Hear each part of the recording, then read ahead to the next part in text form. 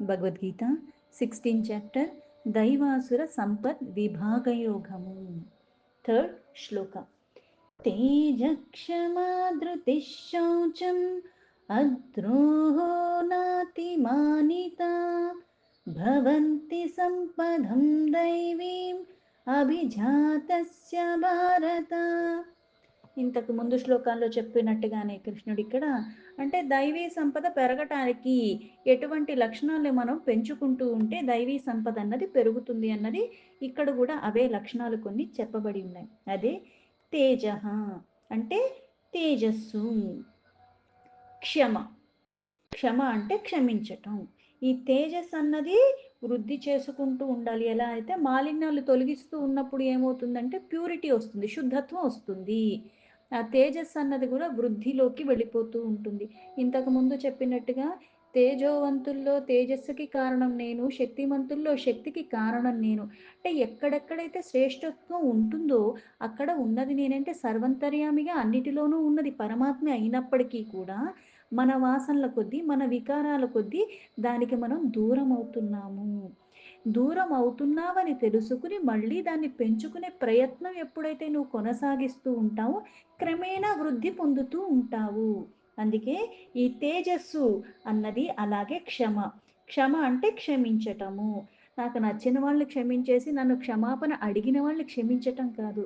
నీ పట్ల ఎంతలాగా తీవ్రంగా చేసి ఉన్నప్పటికీ కూడా వాళ్ళ పట్ల కొంచెం కూడా ద్వేషం లేకుండా వాళ్ళని క్షమించి వదిలేయటం. ఎందుకు అంటే ఏదైతే నాకు లిఖించబడి ఉన్నదో నా శ్రేయస్సు కోసము కొన్ని రకాలుగా కొన్ని ఇబ్బందుల రూపంలో కొన్ని ద్వారా నాకు జరగటం అన్నది జరుగుతూ ఉంటుంది.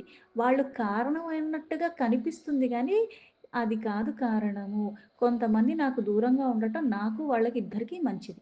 ఆ కారణం చేత కొన్ని సందర్భాల రూపంలో కొన్ని మనకి జరుగుతూ ఉంటాయి.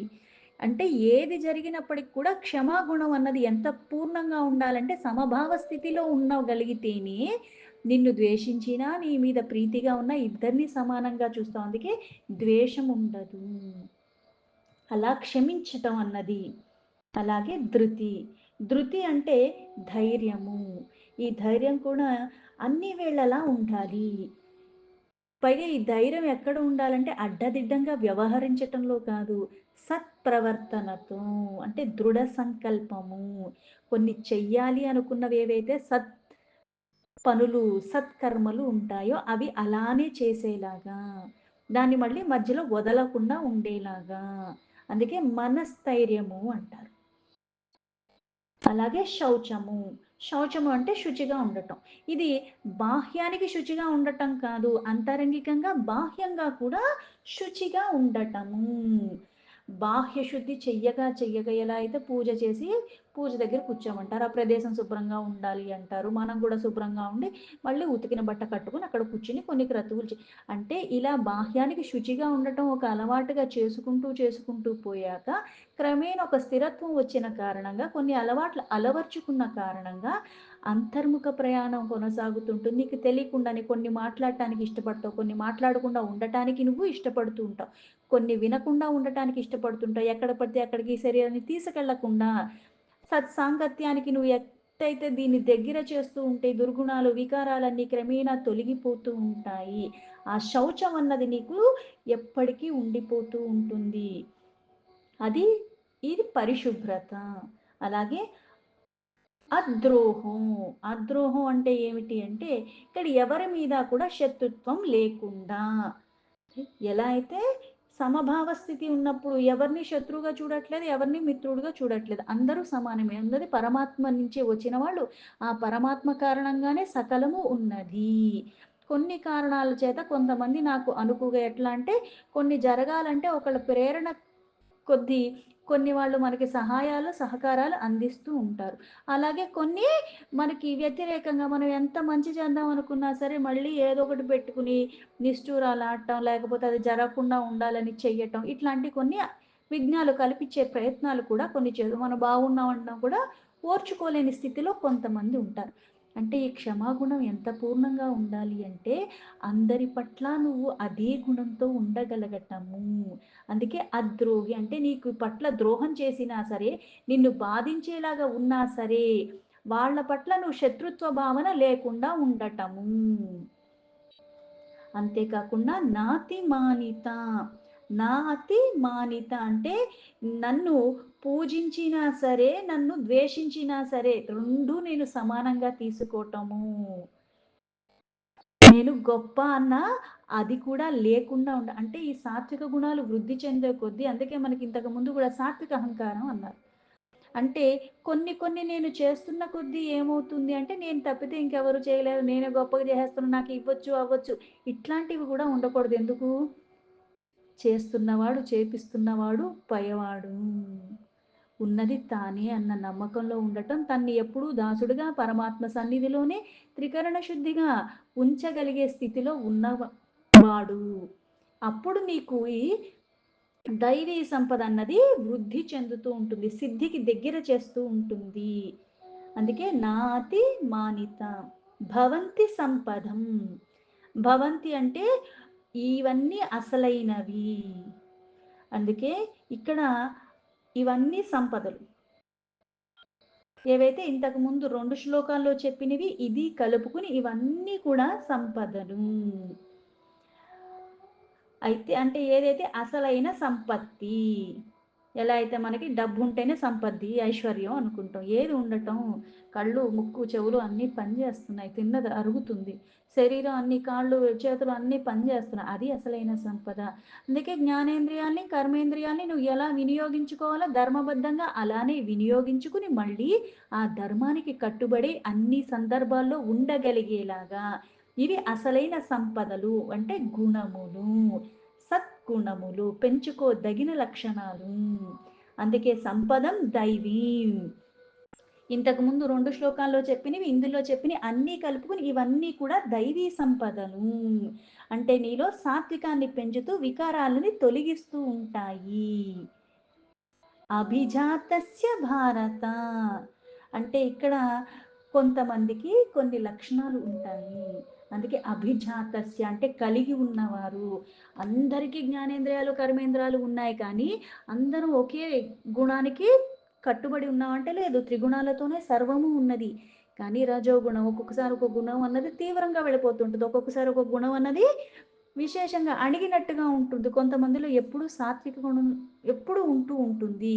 కానీ గుణాతీతుడైన పరమాత్మను పట్టుకుంటూ ఆ గుణాతీత స్థితికి వెళ్ళే ప్రయత్నాన్ని విడవకుండా ఉండాలి అంటే ఈ లక్షణాలన్నీ కూడా పూర్ణంగా ఉండాలి. అందుకే అభిజాతస్య భారత. ఇలాంటి ఎక్కువ లక్షణాలు ఎవరిలో అయితే ఉంటాయో ఓ భరతవంశీయుడా అని చెప్తున్నాడు కృష్ణుడు. శ్లోకానికి యథా తథా మీనింగ్ తీసుకుంటే తేజక్షమా ధృతిశ్చౌచం అద్రోహో నాతిమానిత భవంతి సంపదం దైవీం అభిజాతస్య భారత. ఓ అర్జున, తేజస్సు, క్షమ, ధైర్యము, శౌచము, అలాగే ఎవరిపైన కూడా శత్రుభావన లేకుండా ఉండట, తన్ని పూజిస్తున్నారు అని చెప్పి అట్లాంటి ఆ అభిమానం కూడా లేకుండా ఉండట, ఇవన్నీ కూడా దైవీ సంపద కలిగిన వారి యొక్క లక్షణాలు. తేజస్ అన్నది ఎప్పుడు వస్తుంది అంటే శ్రేష్టమైన వాళ్ళలో ఉంటుంది, అది విశేషంగా ఉంటుంది. ఎలా అయితే కొంతమందిని చూస్తూ ఉంటేనే అలానే చూస్తూ ఉండాలి. ఏదో మనల్ని ఎలా అయితే అయస్కాంతం దాని దగ్గరికి ఇనుముని అంతా ఎలా అయితే లాగుతూ ఉంటుందో అలా అనిపిస్తూ ఉంటుంది. వాళ్ళలో ఉన్న ఆ గుణాల ప్రభావం అలా ఉంటుంది. వాళ్ళ లక్షణాలు అటువంటివి. ఆ తేజస్సు అని దాన్ని అంటారు. అంటే విషయాల పట్ల ఆసక్తి లేకుండా ఆ ప్రవృత్తి, మనస్సు, బుద్ధి అంతా పరమాత్మయందే రమిస్తూ ఉంటారు. ధర్మానికి ఎల్లవేళలా కట్టుబడి ఉంటారు. కొందరు చూస్తుంటే ఒకలాగా, చూడకపోతే ఒకలాగా అని కాకుండా ఎల్లవేళలా కూడా ఆ పరమాత్మయందు రమిస్తూ ఆ ధర్మానికి, సత్యానికి కట్టుబడే వాళ్ళు ఆచరిస్తూ ఉంటారు. అందుకని ఆ తేజస్సు కళకళలాడిపోతూ ఉంటారు. ఉట్టిపడుతున్నట్టుగా కనిపిస్తూ ఉంటుంది. ఆ దేహం అంతా కూడా ఎందుకు అంటే అక్కడ ఎక్కడ ఇంకా అజ్ఞానానికి గాని వికారానికి కానీ తావు లేదు. అందుకని అంత తేజస్సుతో ఉంటారు. అది అణువు అణువున ఉంటుంది. ఎందుకంటే శ్రేష్టమైన కర్మలు, శ్రేష్టమైన భావనలు, శ్రేష్టమైనవి ఆచరిస్తూ ఉంటారు. ఆ అన్యాయాలకు కానీ ఇటువంటి వాటికి పైగా అట్లాంటి దుర్గుణాలతో ఉన్న వాళ్ళకి కూడా దూరంగా ఉంటూ ఉంటారు. అలాగే క్షమ అంటే మనకి ఉపకారం చేసిన వాళ్ళ పట్ల మనం ఏదో మంచిగా ఉండటం, అంత మంచిగా ఉన్నాం. వాళ్ళతో మంచిగా ఉండటం పెద్ద విశేషమేం కాదు. కానీ నీ పట్ల హాని చేస్తూ ఉన్న వాళ్ళ పట్ల కూడా నువ్వు అదే భావనతో ఉండటము. ఎక్కడా కూడా కొద్దిగా కూడా పగ తీర్చుకోవాలని గాని, వాళ్ళ మీద ద్వేషం కానీ, లేకపోతే వాళ్ళ మీద ఇంకోలాగా కూడా మనకి ఎట్లాంటి భావన లేకుండా సర్వదా ఉండగలగటం. సర్వము పరమాత్మకి సమర్పించుకుంటేనే ఆ క్రోధం అన్నది వీళ్ళు చేసుకున్న దుష్కర్మల వల్ల మళ్ళీ వాళ్ళ మీద ఒక అభిప్రాయం కూడా రాకుండా మనల్ని ఉంచుతుంది. ఇది చాలా గొప్ప లక్షణం. అందరిలో ఉండదు. కోపం అన్నది ఉట్టినే వస్తుంది. మన పిల్లల మీదే వస్తుంది. ఒకటికి 10 సార్లు చెప్పినప్పుడు వాడు వినకపోతేనే వెంటనే కోపం వస్తుంది. ఎందుకంటే ఇన్ని పనిలో తలములుకలుగా ఉన్నప్పుడు ఎప్పుడన్నా చెప్తున్నాను గానీ, రోజు చెప్పట్లేదు గదా! వినటానికి కూడా నెప్పేనా అని బోలెడొచ్చేస్తూ ఉంటాయి. ఉదాహరణకి చెప్పుకోటానికి. ఇవి పెద్ద ద్వేషాలేం కాదు. ఎందుకంటే అప్పుడు కోప్పడతాం, వెంటనే మర్చిపోతా ఉంటాం. అంటే సమయానికి, సందర్భానికి కొన్ని వికారాలకి లోబడేలాగా ఉద్వేగానికి, భావాలు కలగటానికి కారణమైనా సరే, మళ్ళీ అణుచుకోవటం కూడా వెంటనే తెలియాలి. లేకపోతే మళ్ళీ ఆ వికారాల్లోకే వెళ్ళిపోతూ ఉంటాము. అందుకే దుర్భరమైన అంటే ఎటువంటి ఆపదొచ్చినా, ఏదొచ్చినా సరే, దుఃఖాలు కలిగినా, ఏది కలిగినా సరే చలించకుండా ఉండాలి. ఎలా అయితే సుఖాన్ని స్వీకరించావో దుఃఖాన్ని గూడా స్వీకరించాలి. ఎలా అయితే లాభాన్ని స్వీకరించావో, నష్టాన్ని కూడా ఎలా అయితే పొగడ్తల్ని స్వీకరించావో, అలాగే ద్వేషాన్ని కూడా స్వీకరించటము. క్రోధాలకి ఇట్లాంటి దేనికి లోబడకుండా ప్రతీదీ పరమాత్మ యొక్క ప్రసాదంగా భావనలో ఉండటము. అలాగే నీ కర్తవ్యానికి విముఖత చూపించకుండా, బాధల్లో ఉన్నానని కొన్ని మానేస్తూ ఉంటాము. అతిగా సంతోషంలో ఉన్నామని కొన్ని మానేస్తూ ఉంటాం. అలా కాదు ఎప్పుడూ కొన్ని చేస్తూనే ఉండాలి. ఆ ధర్మానికి కట్టుబడి ఉండాలి. ఎటువంటి పరిస్థితి వచ్చినా సరే చూసుకున్నవాడు ఆ పరమాత్మ, సమర్పించుకుంటుంది ఆ పరమాత్మ. ఆ శక్తిని, సమర్థతను అన్నీ ఆయనే కలిగిస్తాడు అని ఆ సహజ స్థితిలో ఉండిపోవాలి. ఆరాటం, ఉద్వేగం ఇవేవి లేకుండా ఉండాలి. ఏది జరిగినా సరే సమభావ స్థితిలో భేదభావం లేకుండా ఇప్పుడు జరుగుతున్నది దాని తర్వాతది ఏదైనా సరే అలాగే స్వీకరించటం. కర్మలు చేసేటప్పుడు కూడా దీనివల్ల ఇంకోటో అన్నట్టుగా కూడా లెక్కలేసుకోకూడదు. అందుకే ఇక్కడ జాతకాలు గాని, అలాగే హస్త, సాముద్రిక ఇటువంటివి ఏవైనా సరే తీవ్రంగా వెళ్ళకూడదు. పైపైన చూసుకోవాలి, కాసేపేదో నవ్వుకోవాలి, కాసేపేదో అనుకుని ఊరుకోవాలి. అంతేగాని దాన్ని తీవ్రంగా తీసుకొని మళ్ళీ ఆందోళన ఇవన్నీ చెందకూడదు. ఏ క్షణం ఏది జరుగుతుందో తెలియని ఇక్కడ ఈ ప్రాపంచంలో ఏమవుతుందంటే ప్రతీదీ మార్పులు చెందుతూనే ఉంటది. మనం కూడా 10 ఏళ్ల క్రితం ఇలా లేము. అంతెందుకు 10 నెలల క్రితం కూడా ఇలా లేము. క్రమేణా మన జీవితంలో జరిగే వాటికి అలాగే కొద్దిగా కొన్ని అవగాహన వచ్చే కొద్దీ మార్పు అన్నది సహజంగా వస్తూ ఉంటుంది. ఈ మార్పు మళ్ళీ దుర్గుణాల్ని త్యాజిస్తూ, వికారాల్ని తొలగించుకుంటూ జ్ఞానం వైపుగా ఉండాలి. అందుకే ప్రతీదీ పరమాత్మ యొక్క ప్రసాదంగా స్వీకరించగలగటము. అందుకే క్షమాగుణము, క్రోధం లేకుండా ఉండటము. ఎంతసేపు పరమాత్మ ఎందే రమిస్తూ ఉండాలి. ఇవన్నీ కూడా తుచ్చమైన ఆలోచనలన్నీ పక్కకి పెట్టేయాలి. అందుకే ధైర్యంగా ఉండాలి. ఎందుకు? ఆ పరమాత్మని పట్టుకుంటే సర్వానికి మూలమైన వాడు ఆయన ఇవ్వలేనిదేముంది? ఆయన తీయలేనిదేదుంది? అందుకని ఆ పట్టుదలని విడవకుండా పట్టుకోవాలి. ఎలా అయితే ఏదన్నా సరే ఆత్మజ్ఞానం వికసన కావాలనుకున్న వాళ్ళు దేనికి భయపడరు. ఎందుకంటే ఇవన్నీ కాలానుగుణంగా వెళ్ళిపోవాల్సిందే.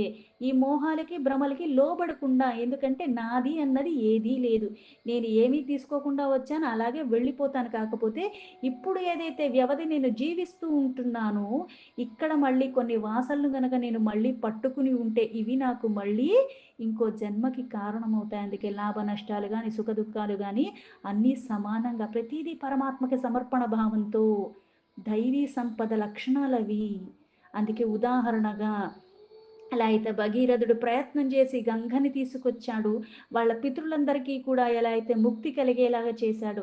పట్టుదల అంతలాగా ఉండాలి. అసంభవాన్ని కూడా సంభవం చేసేలాగా. అలా క్షీరసాగర మథనం కానీ, అలాగే హలాహలం పుట్టినప్పుడు కూడా ఎలా అయితే అమృతం వచ్చేదాకా ప్రయత్నం చేశారు. వెంటనే వదిలేయలేదు. అలాగే ఏదైనా సరే సంకల్పం చేసుకున్నప్పుడు చాలా తేలిగ్గా అనిపిస్తుంది గానీ క్రమేణా అది మనకి ఫలితం వచ్చే లోపలే కొన్ని విఘ్నాల కారణంగా, కొన్ని కష్టాల కారణంగా వదిలేస్తూ ఉంటాం. వదలకుండా పట్టుకోవాలి. సత్యాన్ని పట్టుకుని ఉండాలి. శుభ్రము అంటే మన మాటల్లో ఉండాలి, మన ఆలోచనలో ఉండాలి. ప్రతీదీ కూడా మాలిన్యాల రహితంగా ఉండే ప్రయత్నం చేస్తూ ఉండాలి.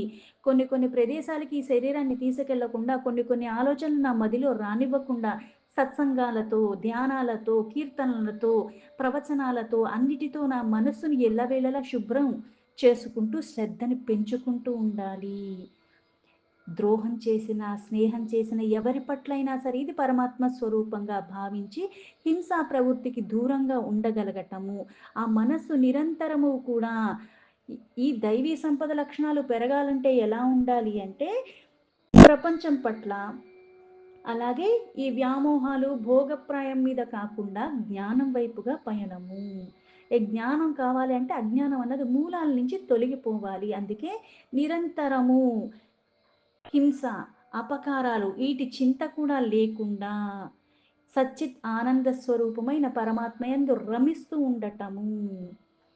ఎవరు ఏది చేసినా సరే ఆ పరమాత్మయందే తీవ్రంగా నమ్మకంతో ఉండటము. కొన్ని కొన్ని నాకు దగ్గరుండటం వల్ల నాకు వికసన వైపుగా పయనం ఇంకా కష్టమవుతుందని నాకవి దూరం చేశాడన్న భావనలో ఉండాలి. కాలానుగుణంగా కొంతమంది దగ్గరవ్వటం, కొంతమంది దూరం అవ్వటం అనేది సహజంగానే జరుగుతూ ఉంటుంది. మనుషులు మనతోనే ఉంటారు కానీ వాళ్ళ మనస్సులు కూడా మనకి కలవకుండా అంత దూరం వచ్చేస్తూ ఉంటుంది. ఒకే దగ్గర ఉన్నట్టు ఉంటాం కానీ ఆ మనసులకి మధ్యలో అంత దూరం వచ్చేస్తూ ఉంటుంది. సొంత అన్నతమ్ములు గాని, అక్కా చెల్లెలు గాని, తల్లిదండ్రులు గాని ఎవరి పట్లన్నా సరే కాలానుగుణంగా. కానీ ద్వేషం లేకుండా మనస్సునెప్పుడూ కూడా స్థిర చింతనతో పరమాత్మయందే పెట్టి ఆ మనస్సుని శాంతంగా ఉంచుకోవాలి. అందుకే పొగడ్తలు గాని, లేకపోతే మనల్ని వ్యతిరేక భావంతో ఎవరైనా సరే శత్రుత్వం పెట్టుకుని వాళ్ళు ఎన్ని చేసినా సరే, తూలనాడినా సరే, మనము ప్రతీదీ పరమాత్మకే సమర్పణ భావంతో ఉండాలి. ఇక్కడ మొత్తానికి ఈ మొత్తం 3 శ్లోకాల్లో కలుపుని 26 లక్షణాలు చెప్పారు. ఆ లక్షణాలన్నీ కూడా ఎవరిలో అయితే ఉంటాయో వాళ్ళకి దైవీ సంపద అన్నది ఉన్నట్టు లెక్క. అంటే ఒకటి ఉండి ఇంకొకటి లేకపోయినా పూర్ణంగా లేనట్టే. పూర్ణత్వంతో ఉంటేనే అప్పుడు మనకేమవుతుంది అంటే గుణాతీతమైన పరమాత్మను చాలా సునాయాసంగా పట్టుకుని ఉంటాం. అంటే మొదటిది భయం లేకుండా నిర్భయంగా ఉండటము. సాత్విక గుణాలు కలిగి ఉండటం, మనస్సు నిర్మలంగా ఉండటం. ఎప్పుడూ జ్ఞానాన్ని సంపాదించుకోవాలనే ప్రయత్నాన్ని కొనసాగిస్తూ ఉండటం. ఇంద్రియాల యొక్క నిగ్రహణలో ఉండటం.